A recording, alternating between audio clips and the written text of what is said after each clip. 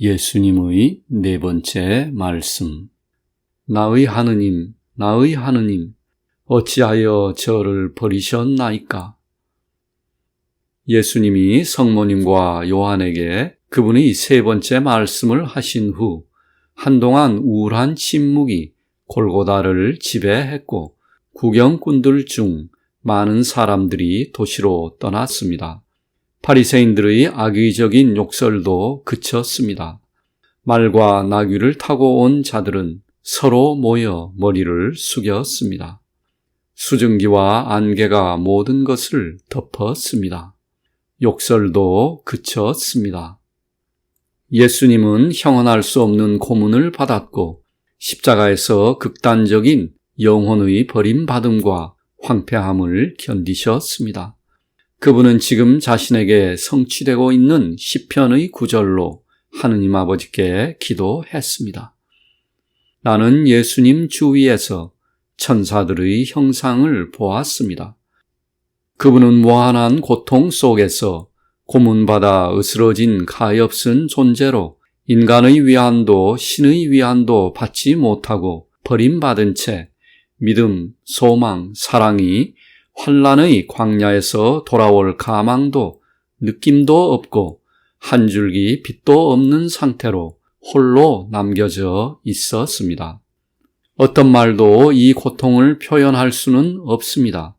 이 고난을 통해서 예수님은 우리의 버림받음을 십자가 위에서 이루신 그분의 공로와 연합시킴으로써 이 세상의 삶과 세상과의 모든 관계가 멈추는, 그러므로 이 세상의 삶에서 형성된 다른 세상에 대한 관념도 멈추는 우리의 마지막 시간에 우리가 승리하도록 우리를 위해 능력을 예비하셨습니다. 그분은 우리 자신도 완전히 버림받았다고 느낄 때 우리가 우리의 마지막 투쟁에서 굳건히 설 수 있도록 공로를 예비하셨습니다.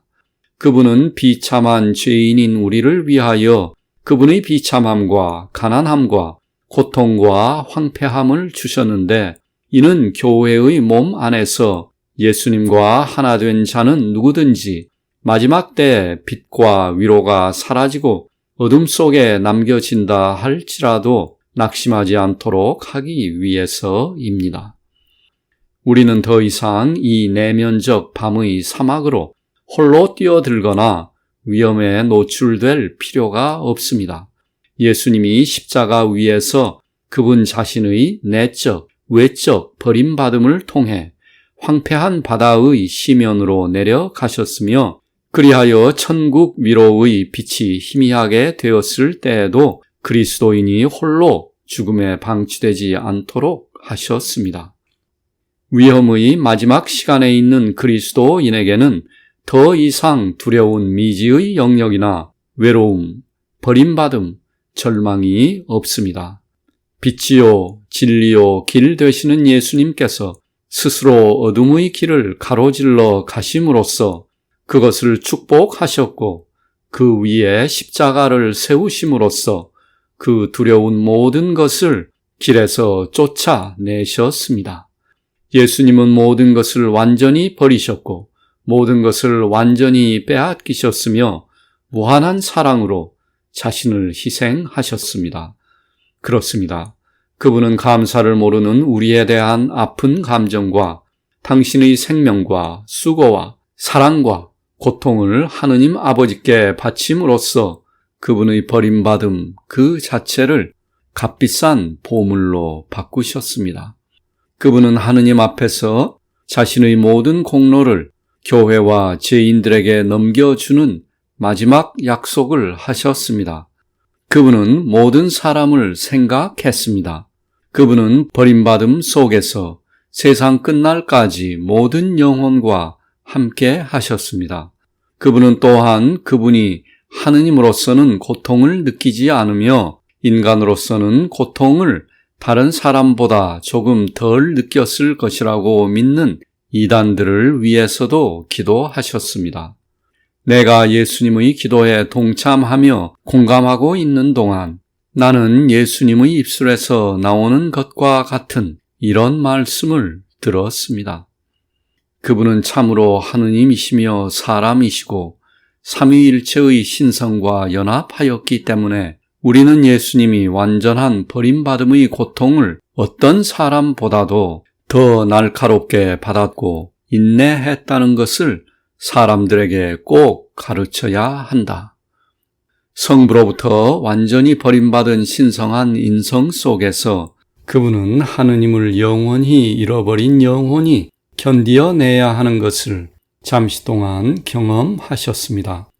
그러므로 고뇌 가운데 그분이 큰 소리로 외치셨을 때 그분은 자신이 버림받았음을 알리셨을 뿐 아니라 하느님을 아버지로 인정하는 모든 고통받는 영혼들에게 그분이 바로 그 순간 그곳에서 그들을 위해 예비한 공로가 그분에게 이루어지고 있음을 선포했습니다. 3시간째가 되자 예수님은 큰 소리로 엘로이, 엘로이, 레마 사박타니 라고 외치셨는데 이것의 의미는 나의 하느님, 나의 하느님, 어찌하여 저를 버리셨나이까? 입니다. 우리 주님의 이 분명한 외침소리가 십자가 주위의 두려운 정적을 깨뜨리자 조롱하는 사람들이 십자가를 향해 돌아섰고 한 사람이 말했습니다. 그가 엘리야를 부르고 있다. 그러자 또 다른 이가 엘리야가 그를 구하러 오는지 봅시다. 라고 말했습니다. 아들의 음성을 들은 성모님은 더 이상 자제할 수 없었습니다. 그녀는 다시 십자가를 향해 앞으로 나아갔고 요한, 마리아 클레오파스, 막달레나, 살로메가 그 뒤를 이었습니다. 주위 사람들이 탄식하며 무서워서 떨고 있을 때 유다와 요빠 근방에서 명망 있는 사람 30명가량이 말을 타고 올라왔는데 그들은 축제를 지내기 위해 예루살렘으로 가던 중이었습니다. 그들은 예수님이 겪으신 무서운 일과 자연에 나타난 위협적인 모습을 보고 큰 소리로 그들의 두려움을 표현하며 외쳤습니다. 하느님의 성전이 그 안에 없다면 이와 같은 범죄를 저지른 이 잔인한 도시는 불타 없어져야 한다. 높은 지위에 있는 낯선 사람들의 그러한 표현은 사람들에게 용기를 주었습니다. 크게 웅성거리는 소리와 슬픔의 외침소리가 사방에서 울려 퍼졌습니다. 나머지 사람들은 이제 두 편으로 나뉘었습니다.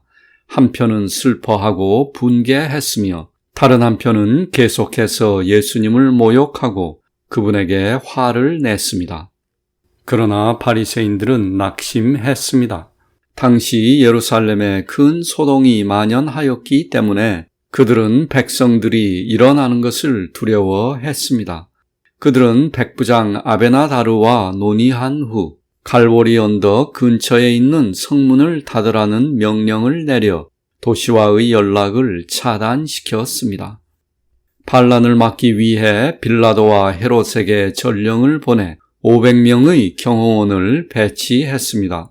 그동안 백부장 아베나다르는 평화와 질서를 유지하기 위해 최선을 다했습니다. 그는 백성이 분노하지 않도록 바리새인들이 예수님을 모욕하는 것을 금지했습니다. 오후 3시가 지나자 하늘이 조금 밝아졌고 달이 태양에서 반대 방향으로 멀어지기 시작했습니다. 태양은 붉고 광선이 없었으며 안개에 둘러싸여 있는 것처럼 보였고 달은 반대편으로 떨어지는 것처럼 갑자기 가라앉았습니다. 햇빛이 다시 조금씩 빛나고 별은 사라졌지만 하늘은 여전히 낮아지고 있는 것처럼 보였습니다. 빛이 돌아오자 갈바리의 조롱하는 자들은 다시 담대한 승리자처럼 되었습니다. 그런 다음 그들은 그가 엘리야를 부르고 있다 라고 말했습니다. 아베나다르는 조용히 하고 질서를 지키라고 명령했습니다.